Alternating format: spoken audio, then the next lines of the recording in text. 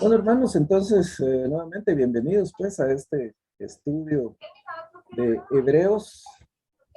Vamos a iniciar pues, esta primera reunión. Vamos a dar una introducción, como lo hemos hecho normalmente en términos generales. Entonces, pues es un panorama, ¿verdad? Del libro. Y pues vamos a empezar diciendo que Hebreo se conoce o se ha conocido tradicionalmente como la epístola del apóstol Pablo a los hebreos. Hay algunas Biblias, como la famosa Biblia en inglés, que es la King James o la Biblia del rey Jacobo. Tengo una por aquí. Tengo mi colección de Biblias y aquí está. No sé si logran verlo, yo no lo puedo ver aquí. Pero ahí dice, creo que no se ve. Pero aquí dice la epístola de Pablo, el apóstol, a los hebreos. Entonces, esto es como simpático, ¿verdad? Porque en la misma Biblia esta, pues menciona que ellos han puesto eso porque eso se creía al principio y ellos han seguido la tradición, pero realmente la carta, primero, no es una carta, no es una epístola. Hay quienes pues argumentan que no es una epístola porque no tiene el saludo tradicional. Si vemos las 13 epístolas de Pablo, todas empiezan igual. Bueno, las 13 conocidas, porque sabemos que escribió más. Al menos hay una a los Corintios que está perdida. Entonces, pero conocemos que escribió Pablo 13 cartas de epístolas y todas empiezan igual. Pablo, apóstol de Jesucristo, a los hermanos, ta. Es un saludo, una introducción, porque en la cultura grecorromana esa era la costumbre, iniciar las cartas de esa manera. Y si vemos las demás epístolas del Nuevo Testamento, pues con excepción de primera Juan, todas las demás empiezan igual. Entonces, basados en que para que sea una carta tiene que tener una introducción, de esa manera, pues no sería una carta. Sin embargo, tiene una despedida. Entonces, si la vemos de atrás para adelante, sí es una carta porque tiene despedida, pero si la vemos de adelante para atrás, no, porque no tiene introducción. Entonces, ha habido debate en cuanto a si es o no es una epístola. Ahora, sea o no sea una epístola, pues también es un sermón, es una homilía, es un discurso, lo que encontramos aquí en Hebreos. Hay quienes simplemente pues, han querido solucionar el problema llamándole nada más Hebreos. Pero esto es nada más como una referencia, porque realmente lo que nos interesa es el contenido de la carta. Pero curiosamente, con ese nombre, la epístola del apóstol Pablo a los Hebreos, pues podemos llegar a la conclusión que no necesariamente es una epístola. El otro punto es que tampoco necesariamente la escribió Pablo. No se sabe quién es el autor.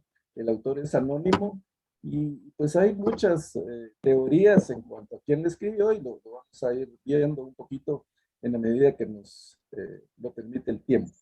Pero pues hay quienes creen que fue Pablo, hay muchas evidencias que dicen que fue Pablo, pero también hay aspectos en contra de que haya sido Pablo y también son aspectos y argumentos de peso.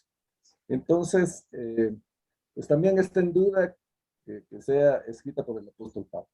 Y dice que es a los hebreos, pero tampoco necesariamente es a los hebreos. Realmente es a los cristianos de aquella época y muy pertinente para los cristianos de esta época. Porque uno de los puntos del autor de Hebreos es pues el luchar contra la apostasía de la época. En aquella época pues había mucha gente, muchos cristianos que estaban desertando del evangelio por diferentes razones.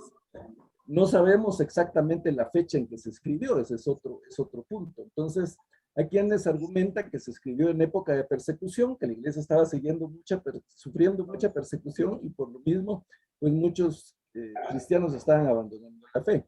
Otros dicen que no, que ya había pasado la persecución, que era una época de paz, pero que por experiencia sabemos que en épocas de paz a veces los cristianos abandonan más la fe que en época de persecución, pues porque cuando hay persecución, pues se mantienen firmes y orando y constantes, pero cuando ya hay libertad, ¿verdad? Pues entonces ya se van descuidando, vamos descuidando, y entonces es cuando entra eh, este tipo de cansancio, digamos, o de aburrimiento, qué sé yo, pero la gente empieza a retirarse de la fe. Entonces, el autor, pues, si hay una carta que trate de animar a los hermanos, de exhortarlos a que se mantengan en la fe, pues es Hebreos. Pero vamos a ver un poquito más en cuanto a que hemos estado hablando. Entonces, eh, las características, como ya decíamos, será una carta, será un discurso o es ambas cosas.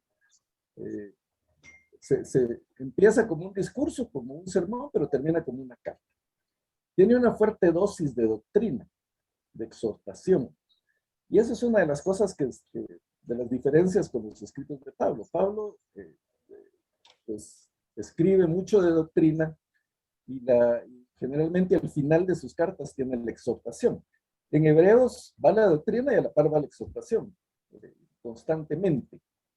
Eh, entonces, desconocemos al autor, desconocemos a la audiencia y desconocemos dónde se escribió también. Entonces, pues tenemos todas estas incógnitas aquí que es importante entenderlas. Eh, el nombre del libro, pues, hermanos, ustedes saben, lo hemos comentado anteriormente, que los escritos originales no tenían capítulos, no tenían versículos, no tenían títulos. Como, por ejemplo, una misiva, una carta, usted no le pone capítulo 1, versículo tal, sino que simplemente empieza a escribir y ahí va. Los traductores de la Biblia son los que le han puesto títulos, le han puesto primera de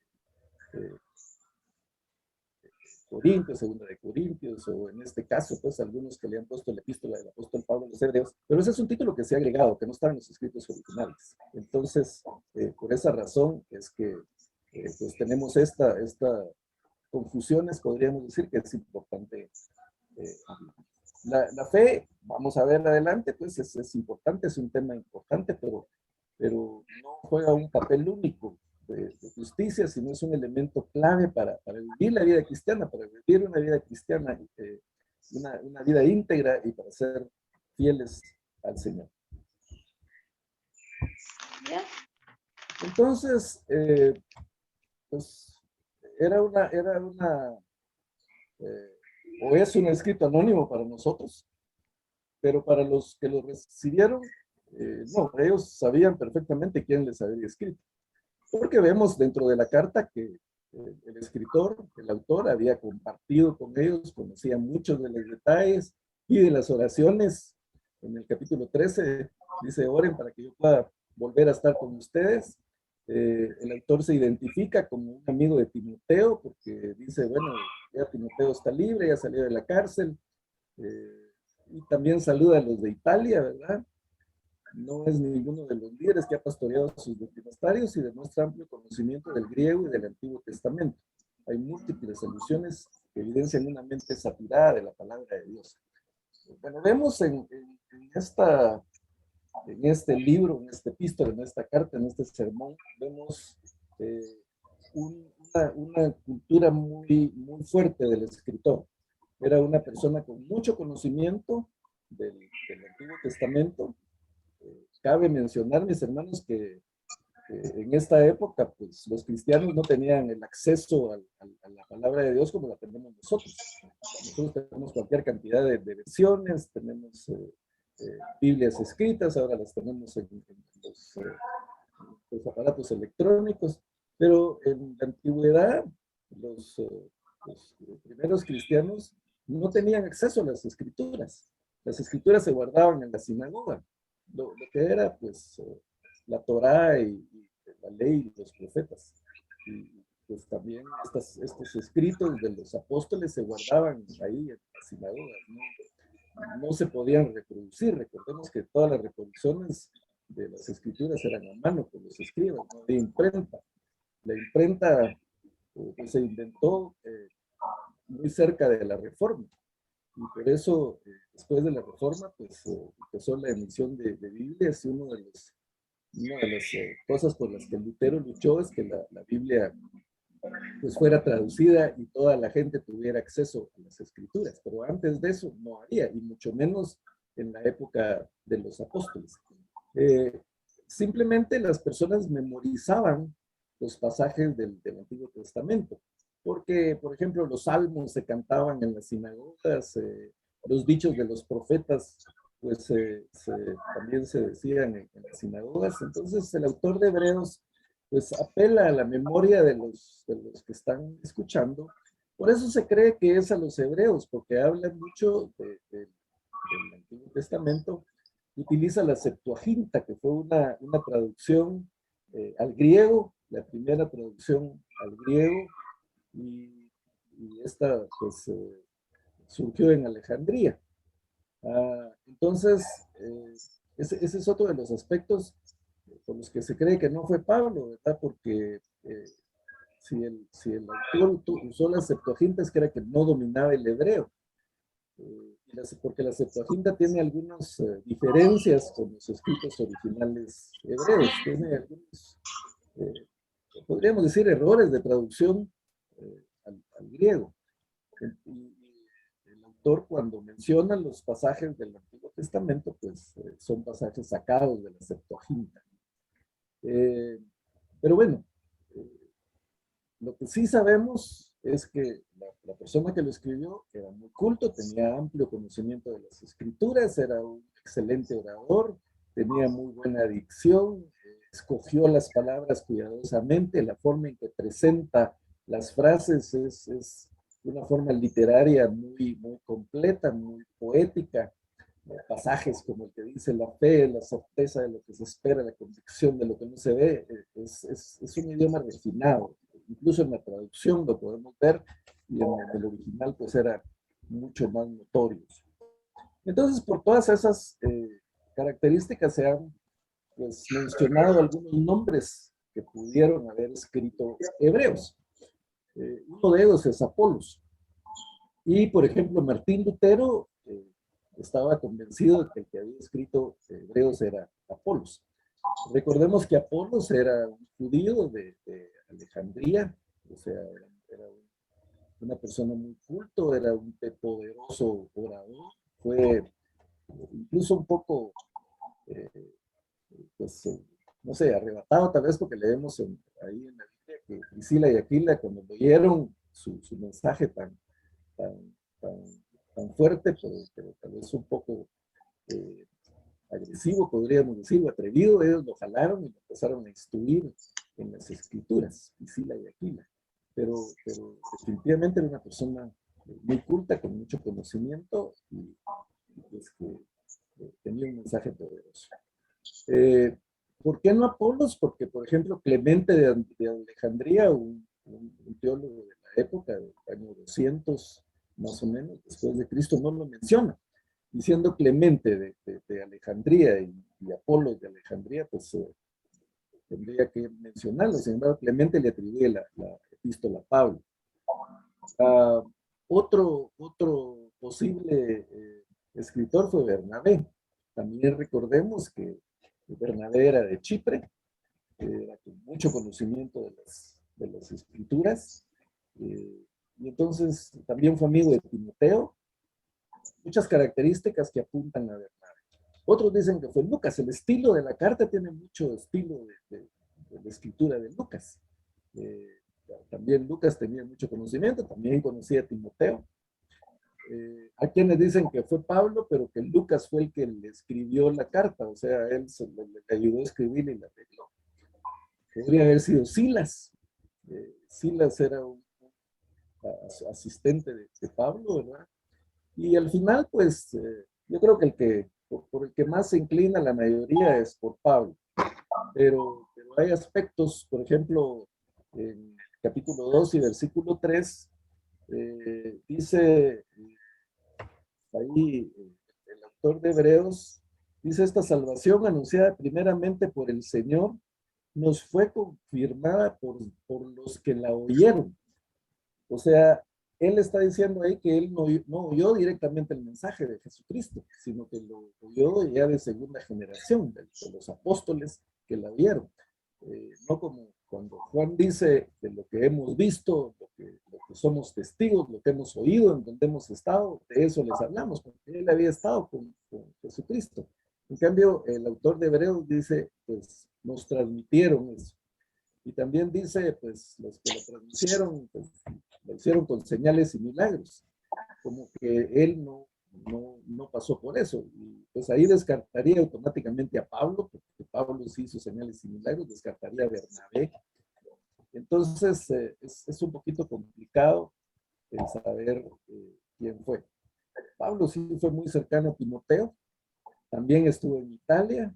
Los pensamientos que se vierten en el libro, la dirección, la doctrina, pues apunta que es una paternidad literaria de Pablo. La cristología, pues también es paulina, presentando al Señor como la imagen de Dios. Cristo es el creador, pero también Juan menciona estos aspectos. Y por ejemplo, en Hebreos se llama a Jesús así, Jesús a secas. Pablo nunca menciona a Jesús así. Pues, Pablo menciona 3 veces, creo, Jesucristo, pero no Cristo Jesús o Jesús a secas, que es pues como Hebreos va diciendo. Total, pues volvemos a lo que decía Orígenes, este famoso teólogo, que le preguntaron quién había escrito y dijo: solo Dios sabe quién escribió Hebreos. Pues aquí vemos las características de Silas, ¿verdad? Que también pudo haber sido. Pero vamos a dónde se escribió. Pues también la ubicación es incierta. Pudo haber sido Judea, pudo haber sido Antioquía, Roma, España, etc. El contexto sí es del Antiguo Testamento y, como dije, pues el autor tenía conocimiento de eso. El contexto puede ser persecución, quizás persecución leve, pero también, como no conocemos la fecha exacta, podría ser una época en donde ya había cesado la persecución y había cierta tranquilidad. Pero el punto es que se exhorta a los lectores de aquella época, y es para nosotros en esta época, una exhortación a permanecer fieles independientemente de las circunstancias y de la situación. Y en ese contexto se habla en el capítulo 11, que vamos a ver un poquito más adelante, de los que sufrieron, conquistaron, viajaron, murieron, pero que mantuvieron siempre firme su fe. El tema de la fe, pues, es tratado aquí ampliamente. Él nos habla de que tenemos que tener fe, pero no solo para alcanzar la salvación, para como un ritual,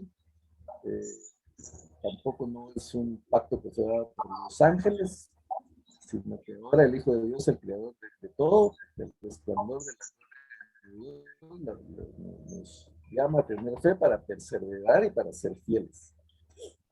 Es un puente hebreo de la ley a la gracia, explica cómo la ley, cómo todos los sacrificios apuntan a Jesús, nos ayuda a entender el porqué de todo ese gran ritual. Cuando leemos la Biblia, estamos leyendo toda la Biblia y pasamos por Levítico, ¿verdad? Y vemos tanta repetición de los sacrificios, tanto cordero sacrificado, tanto animalito que sacrificaban ahí. A veces se vuelve un poquito cansado y tedioso estar leyendo y repitiendo lo mismo. Pero ahí Hebreos explica cómo todo esto ya apuntaba hacia Jesús y su sacrificio en la cruz del Calvario. De la ley a la gracia, a lo que Jesús hizo, de las sombras a la luz, del sacerdocio levítico al de Jesucristo, del tabernáculo de Moisés al tabernáculo celestial. Es un puente entre todos estos y expresa con suma frecuencia la superioridad de Jesús. Habla de Jesús es superior a Moisés, a los ángeles, a los patriarcas, a los profetas, a Aarón, etc. Entonces, haciendo un breve resumen de lo que es la estructura, en el capítulo 1, pues el autor habla de que Cristo es superior a los ángeles. ¿Por qué este tema? Obviamente todo esto lo vamos a ir viendo en detalle en el transcurso del estudio. Son solo 13 capítulos del libro de Hebreos, mis hermanos. Sin embargo, yo estimo que fácil nos vamos a llevar 2 sesiones por capítulo, o sea que van a ser unas 26, 30 sesiones que vamos a tener, pero vamos a tratar de sacarle el jugo a esto. Se los advierto pues para que ya se vayan preparando, porque hay quienes a la mitad del camino se cansan y se salen del grupo. Generalmente empezamos con una cantidad y terminamos con la mitad, pero yo los invito a perseverar, así como este libro, esta epístola, pues nos invita a permanecer firmes. Yo también les invito a permanecer firmes en el estudio para que podamos terminar independientemente de la cantidad de sesiones que tengamos, porque lo que queremos es aprender y sacarle provecho a la sesión. Entonces, haciendo un pequeño resumen, para los que no quieran seguir, ¿verdad? Pues aquí les voy a dar el resumen de la carta entera. Entonces ya, pues, dice alguien, ya tengo la idea, aquí me quedo. El capítulo 1, Cristo superior a los ángeles. ¿Por qué los ángeles? Porque en el Antiguo Testamento los ángeles tenían mucha importancia, mucha preponderancia. De hecho, se creía que a Moisés fueron los ángeles los que le habían dado pues ahí las leyes en el monte Sinaí. Había mucha historia. Ustedes pues, han leído el Antiguo Testamento, como pues, Jacob, por ejemplo, luchó con un ángel. Se habla mucho de Gabriel, pues en diferentes libros, en Daniel, en todos estos, los ángeles son mensajeros que traen pues, una misiva de parte de Dios, y tenían mucho, eh, estaban como muy elevados. Aún hoy en día, nosotros no tanto, pero en otras religiones, eh, pues ahí tienen a los ángeles en las iglesias. Hay quienes pues tienen sus ángeles, quienes son devotos al ángel Gabriel, al arcángel Gabriel o a Miguel, y pues les atribuyen milagros, o pues casi que llegan a tener el nivel de Jesucristo, ¿verdad? Entonces, en aquella época, pues había cierta tendencia a exaltar mucho a los ángeles. Entonces el autor dice, Cristo es superior a los ángeles. Después, en el capítulo 2, se habla de que Cristo es superior a los hombres. También se hablaba de que Cristo era un profeta. Eh, Aún a la fecha, eh, se piensa que en algunas religiones, ¿verdad? Que Cristo es profeta, un gran profeta, pero, no, que no es Dios. Y entonces la divinidad de Jesucristo estaba en tela de duda en esa época. Y entonces el autor dice, no, Cristo no es un hombre, no es un profeta, no es, por muy bueno que sea, no es el Dalai Lama, ni es el Buda, ni es Mahoma. Cristo es superior a los hombres. Cristo es el Hijo de Dios. Moisés obviamente era una figura muy importante para los hebreos, para los judíos. Moisés había rescatado al pueblo de Egipto. El Señor le había respaldado con señales y milagros. Moisés había recibido la ley y la había trasladado. Y la figura de Moisés era prominente. El autor dice, Cristo es superior a Moisés. El sábado, eh, pues obviamente, eh, ustedes han leído ahí para lo que era para los judíos, para lo que era para los fariseos en la época de Jesús. Habían muchas restricciones en cuanto al sábado. Habían creado todo un reglamento los judíos de qué hacer y qué no hacer el día sábado. Ellos ponían hasta cuántos kilómetros o metros se podían recorrer caminando en un sábado para no infringir la ley. Si se pasaban de esa cantidad, eh, ya pues habían pecado. El autor les dice, Cristo es superior al sábado. Es más, Cristo es el verdadero reposo. Cristo es la paz, el descanso para, para las armas. Cristo superior a las armas. Después vamos al capítulo 5. Y entonces se habla de que Cristo es un sacerdote según el orden de Melquisedec. ¿Quién es Melquisedec? Es un personaje que aparece de la nada. Eh, Abraham lo encuentra y Abraham lo reconoce como sacerdote, lo reconoce como alguien superior y le da los diezmos.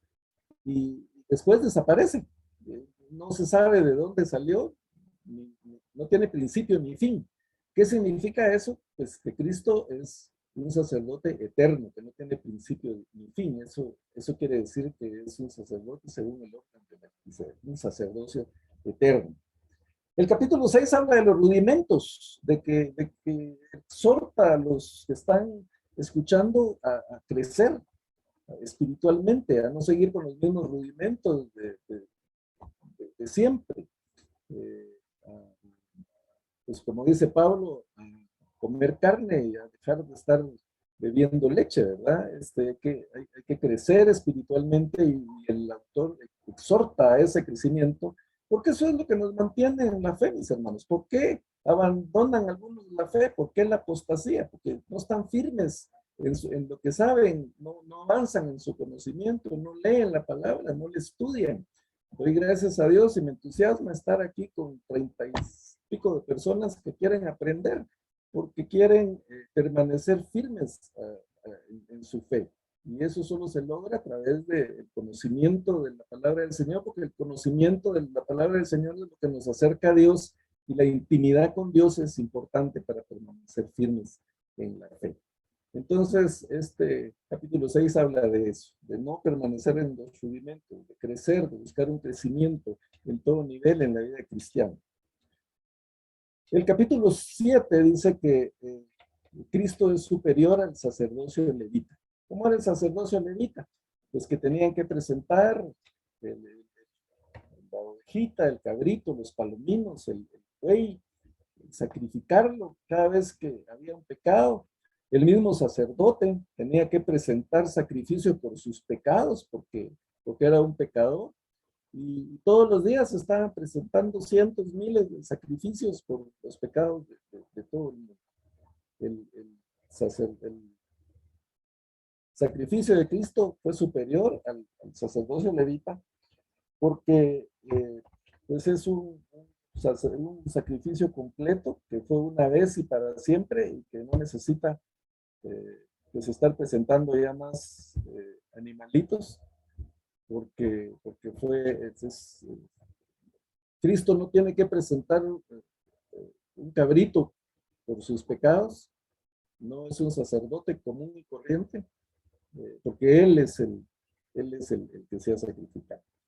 El capítulo 8 habla del nuevo pacto, que es mejor que el antiguo, obviamente bajo el nuevo pacto, bajo la gracia, por el sacrificio de Jesús, pues estamos eh, confiados pues en que ya no tenemos que hacer todos los rituales que se tenían que hacer en el Antiguo Testamento. Habla del tabernáculo.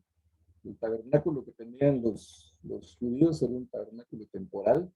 Lo hicieron en el desierto y lo andaban trasladando para todos lados. Y entonces el tabernáculo del Señor pues es un tabernáculo eterno. De hecho, pues ahí ya no necesitaremos templo, ¿verdad? Porque cuando estamos en la presencia del Señor, Él va a hacer todo. Y su sacrificio, como ya mencionamos, que fue único, solo una vez y es para siempre. Ya no hay que presentar más sacrificios. Ya Él pagó por nuestras cargas, por nuestros pecados y eso fue para siempre. Y el capítulo 11, que es de los más conocidos, de los más fascinantes, de los más importantes, digamos, el libro que habla de la fe. La fe, como la certeza de lo que se espera, la convicción de lo que no se ve, pero como dijimos al principio, no es una fe solo para alcanzar la salvación, sino una fe que nos impulsa a actuar, que nos impulsa a permanecer firmes, que nos impulsa a no caer en la apostasía. El capítulo 12 habla también de no desmayar, de no echar atrás. Y eh, pues hay un elemento muy importante que se menciona en este famoso versículo que dice, teniendo un sumo sacerdote, creo que es al final del capítulo 4 que ha hablado de, de la divinidad de Jesús. Hebreos es uno de los libros que exaltan de mejor manera la divinidad de Jesús como el Hijo de Dios. Y dice, teniendo un sumo sacerdote como el que tenemos, pues acerquémonos confiadamente al trono de la gracia para encontrar misericordia y el oportuno socorro. ¿Qué quiere decir eso? Hermanos, tenemos todo lo que necesitamos, más de lo que necesitamos. Tenemos un sacerdote que es superior a todos, que es superior a Moisés, que es superior a la ley, que es superior al sábado, que es superior a los ángeles. Un sacerdote, un sacerdocio que es según el orden de Melquisedec, que es eterno. Este Melquisedec era un sacerdote cuando no había sacerdocio, porque el sacerdocio se instituyó ¿se recuerdan ustedes? En el desierto, pues, ahí, pues con Aarón, eh, empezó y las instrucciones que dio Dios para el sacerdocio, para la construcción del tabernáculo, fue en el tiempo de Moisés que se instituyó el sacerdocio. Este Melquisedec se le apareció a Abraham aproximadamente 500 años antes de que se estableciera el sacerdocio. Entonces, eh, ¿qué significa esto? Pues obviamente eh, es un sacerdocio muy superior, anterior al sacrificio, al sacerdocio terrenal, podríamos decir, un sacerdocio eterno, que pues surge desde el principio. Entonces, eh, este capítulo 12 nos invita a permanecer firmes, a acercarnos confiadamente al trono de la gracia, a alcanzar misericordia, al buscar ahí al Señor. No podemos rechazar la obra de Cristo. Hay una, una sanción, una exhortación muy severa de parte del autor hacia rechazar a Cristo, porque si rechazamos a Cristo, ¿qué nos queda? ¿Cómo podemos alcanzar al perdón? El perdón si estamos rechazando al que hizo todo para perdonarnos. Si pasamos por alto el mensaje de Cristo, pues no hay nada que hacer. Hay quienes sostienen que el que no ha leído el libro de Hebreos no es cristiano, porque, porque ahí habla justamente de cómo pues tenemos que, o podemos aprovechar toda la obra del Señor, todo su sacrificio, todo lo que Él es para poder permanecer en la vida cristiana. Y el último capítulo, que es el capítulo 13, pues habla de algo que obviamente es indispensable. No es suficiente conocer las Sagradas Escrituras, no es suficiente conocer el mensaje del Señor, no es suficiente conocer todo lo que está diciendo el autor de Hebreos en cuanto a Jesucristo, si no lo ponemos en práctica. Y el capítulo 13 habla de poner en práctica nuestra fe. Ahí sí que como dice Santiago, ¿verdad? Si alguien dice que tiene fe pero no actúa, pues realmente su fe no es una fe verdadera, no es una fe real. Entonces aquí se nos habla de poner en práctica la fe en varios aspectos. Se habla del amor. Por supuesto, mostrar amor hacia los demás es la mejor forma de mostrar nuestra fe, la mejor forma de evangelizar, la mejor forma de predicar a los demás es amando a nuestros semejantes, es demostrando nuestro amor. Es curioso que los evangélicos generalmente nos caracterizamos por lo que no hacemos, ¿verdad? Un evangélico cristiano no se emborracha, no parrandea, no fuma, o como decía aquel presidente que tuvimos, no robo, no miento, no abuso. Y todo eso está muy bien, pero el cristiano debe caracterizarse por las cosas que sí hace, por el amor hacia los demás. Nuestro compatriota, eh, cantante Ricardo Arjona, dice, en mi barrio la más religiosa era doña Carlota, pero sin embargo a mí me pinchó 100 pelotas. Y por ahí me contaron que doña Carlota sí existió, ¿verdad? Un pajarito me dijo que era de por ahí por la Atlántida, o sea, sí es una historia real, era muy religiosa, pero realmente con sus actos no demostraba eso. Entonces, podemos asistir a la iglesia, podemos pasar leyendo la Biblia, podemos decir que somos muy espirituales, pero si no demostramos eso con amor hacia nuestros semejantes, eh, eso no sirve de nada. Y eso que justamente hablo del capítulo 13, de poner en práctica el amor, la misericordia, eh, el, el dar de comer al hambriento, todo este tipo de cosas son importantes en el capítulo 13. La hospitalidad, habla mucho de la hospitalidad, ¿verdad? Vemos en la Biblia que algunos dicen su hospitalidad, pues albergaron ángeles. Tenemos ejemplos de eso, ser hospitalarios. Por supuesto, estamos en una época, ¿verdad?, que no podemos meter a cualquiera a nuestra casa, pero a las personas que conocemos, a los hermanos en la fe, si alguien está pasando necesidades, si alguien, pues, podemos tenderle la mano, podemos ayudar. Eso es importante. Incluso cuando le digo de visitar a los presos, a veces creemos que pues aquel asesino, violador, sicario, pues tenemos que eh, atenderlo, ir a visitarlo, llevarle sus cigarritos y sus cosas, ¿verdad? Pero más que todo aquí se refiere a los hermanos en la fe, a los que están prisioneros por el Evangelio. Lo que pasa es que nosotros no estamos todavía en, en esas circunstancias, pero pues es muy probable que dentro de poco, mis hermanos, tengamos persecución. Ya existe persecución en muchos países y persecución por nuestra fe. Y hay lugares en donde los pastores van presos por predicar en contra de la homosexualidad o en contra del aborto. Entonces, un, un hermano en la fe que va preso por su fe, pues obviamente hay que visitarlo, hay que atenderlo, hay que cuidarlo. Y de esa manera podemos interpretar lo que las escrituras dicen al respecto. Y al final habla también de nuestra relación de pareja. Y con eso también pues damos testimonio hacia los demás, hacia los que no conocen al Señor, cuando tenemos una buena relación de pareja, cuando tenemos un matrimonio estable, cuando tenemos una familia estable, cuando tenemos a nuestros hijos pues, bien orientados. También dice, ¿verdad? Conocemos la palabra del Señor. Si quiere alguien desea obispado, pues buena obra desea, pero para ser obispo, pues primero tiene que mantener a su familia en sujeción, porque si no sabe manejar su familia, ¿cómo va a manejar los asuntos de la iglesia? Entonces, todos esos aspectos, mis hermanos, nos permiten compartir el Evangelio, nos permiten predicar, predicamos con el amor hacia los demás, predicamos con la hospitalidad, predicamos con nuestras relaciones, con lo que sí hacemos.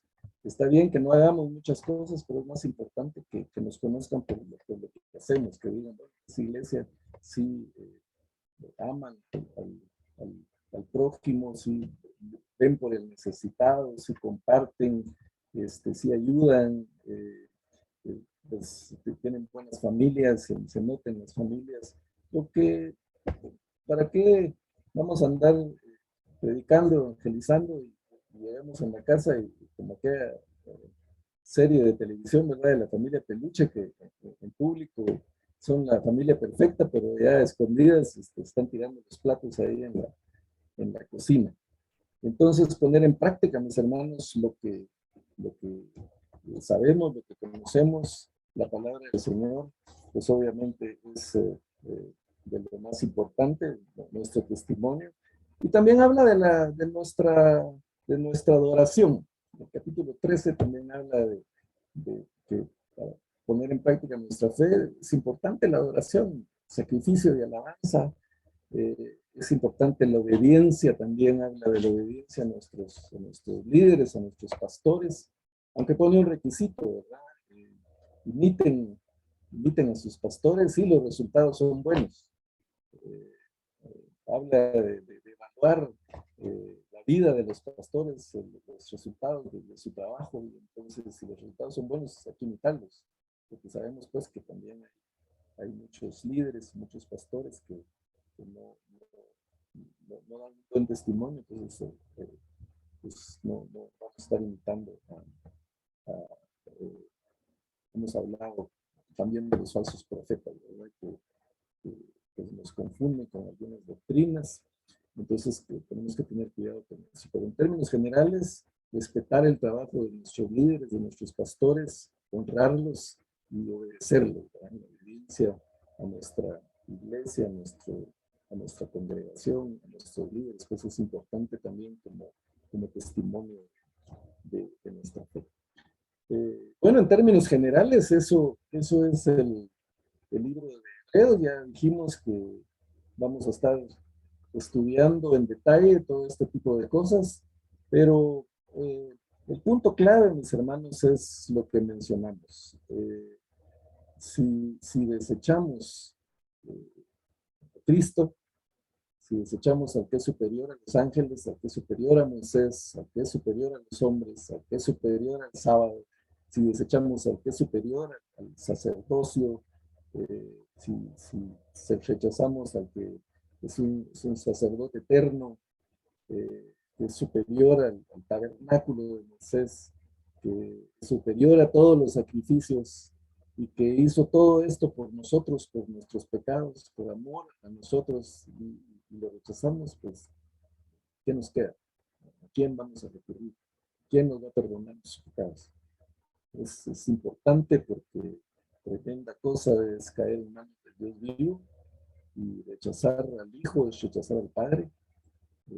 Aceptar al Hijo es aceptar al Padre.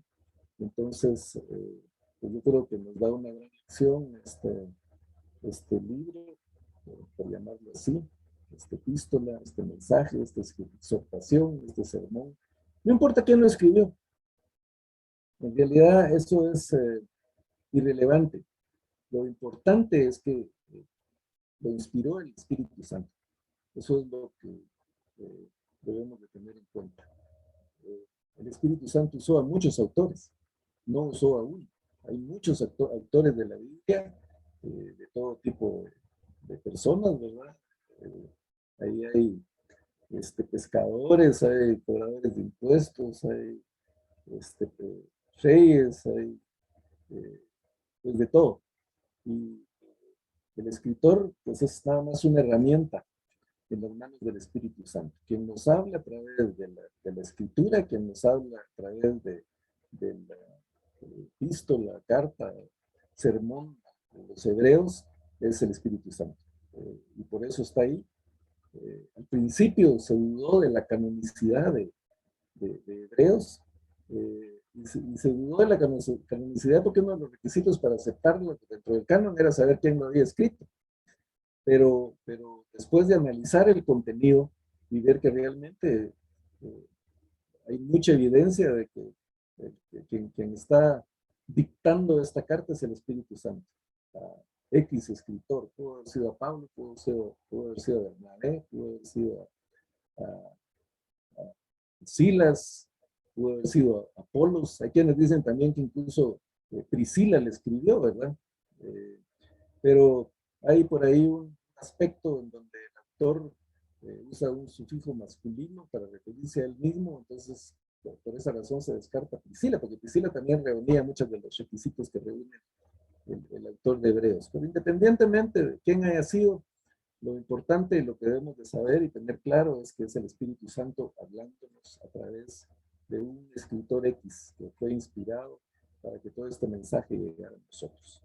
Entonces, hermanos, esta es una reseña de lo que es el libro de Hebreos, de lo que vamos a estar viendo en los próximos meses. Yo les invito a no desmayar, a permanecer firmes aquí en el estudio. Pues vayan leyendo los diferentes capítulos conforme vamos avanzando. Les voy a mandar ahí en el grupo eh, un resumen que hace los autores esto de The Bible Project. Bueno, yo voy leyendo, tengo mi plan de lectura de la Biblia en esta aplicación, el Bible Project, y tiene videos en donde da la introducción a cada uno de los libros de la Biblia. Entonces ahí tiene la introducción al libro de Hebreos, ahí hace un resumen también Ellos, pues, por medio de dibujitos, explican muy bien la estructura de los libros, qué consisten a grandes rasgos. También para que lo miren, ese es un videito corto, no sé, 5 o 10 minutos, que resume esto. Y así ya estamos preparados para el próximo jueves, en donde ya vamos a entrar de lleno, pues a empezar capítulo por capítulo, ¿no? En el capítulo 1. Entonces, ahí dice doña Connie de Barrera que conoció a doña Carlota. O sea que sí es cierto, debe ser un personaje real. Eh, bueno, no sé si hay comentarios o algunas dudas que podamos todavía resolver en los minutos que nos quedan. O algún aporte adicional al de doña Connie.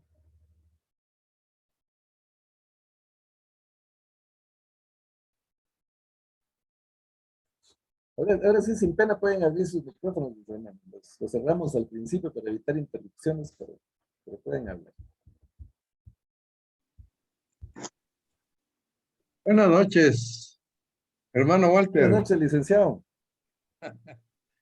Qué gusto escuchar esta introducción muy interesante y podría aportar algo en relación a uno de los estudiosos como es John MacArthur, y hace referencia a este libro, es decir, a lo interesante de estudiar este libro en cuanto a que es una continuación muy, ¿cómo diría yo? Muy dinámica, muy participativa del libro de Howe. Y después que estudiamos el libro de Howe con el hermano Walter, pues esto es realmente maravilloso. El autor MacArthur dice que el libro de Hebreos puede resumirse brevemente de esta manera, como el sacrificio Ya no te vimos. por el pecado. ¿Quién somos sacerdotes? Este ministerio todo es nuevo y mejor que el pacto o bajo el pacto de la ley. Eso es interesante. Así como manifestó en la introducción el hermano Walter, este libro es sumamente eh, interesante desde el punto de vista de nuestra obediencia, de nuestra actitud respecto a lo que Dios nos dice que tenemos que obedecer. Así que ese es mi comentario, hermano Walter. Gracias por esa bonita introducción y creo que nos vamos a ver de todas maneras el próximo jueves. Buenas noches. Ok, muchas gracias.